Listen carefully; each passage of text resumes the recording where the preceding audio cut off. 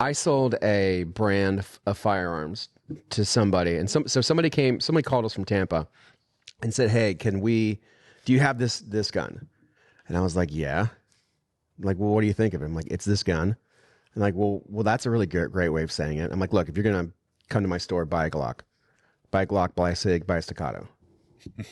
And he's like, "Well, why not this brand?" I'm like, "Look, we carry them just because people call up and ask for them, but it's not something I really recommend." "Why don't you recommend it?" I'm like, I just don't recommend it. If you want to come check it out, come check it out. But if you come to my store and you ask for my opinion, Glock, Staccato, Sig. And so the guy came, bought the gun. He was a dick, shot himself with it. Shot himself with the gun. Hand, leg, body shot. Shot himself in the leg. Shot himself in the leg. Leg was amputated. Amputated. Suing everybody. Suing the maker of the gun. Suing us. Suing the distributor. Suing the overseas companies. Suing everybody. Keep a tourniquet close, guys. Yeah, suing everybody. Even in the report.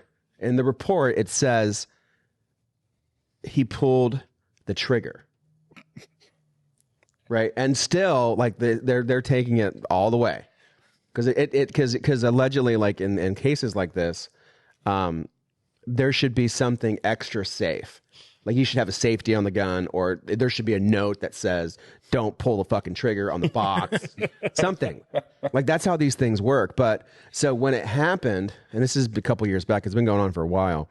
When it happened, I got so fucking pissed, and then one of our enemies in the area, how you doing, sent the fucking paperwork to one of our clients and said, yeah, like, so one of the clients that we do custom work for, and said that we then lied and said that we made a gun that fucking went off and someone shot themselves with. But it wasn't. We sold a brand. I'm not going to say the brand. We sold a brand inside the store, and the guy shot himself with it. So this is a local competitor? A local gun shop in town found the paperwork, sent it to the person that we do business with, our biggest client, and said, look, their shit is not safe.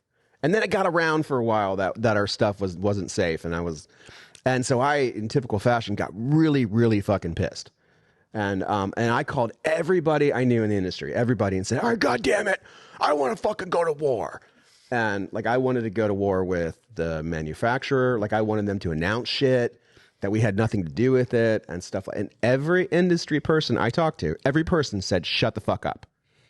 Said, shut the fuck up. Maintain professionalism. Don't fucking put gas on the fire and fucking ride it out. Because the 320 talks were going down, and then they made the post, and now it's at an all-time high. Yeah. Now it's all-time high. But and it's strange that and I'm not talking like I called every person I knew and said, hey, what should I do in this situation?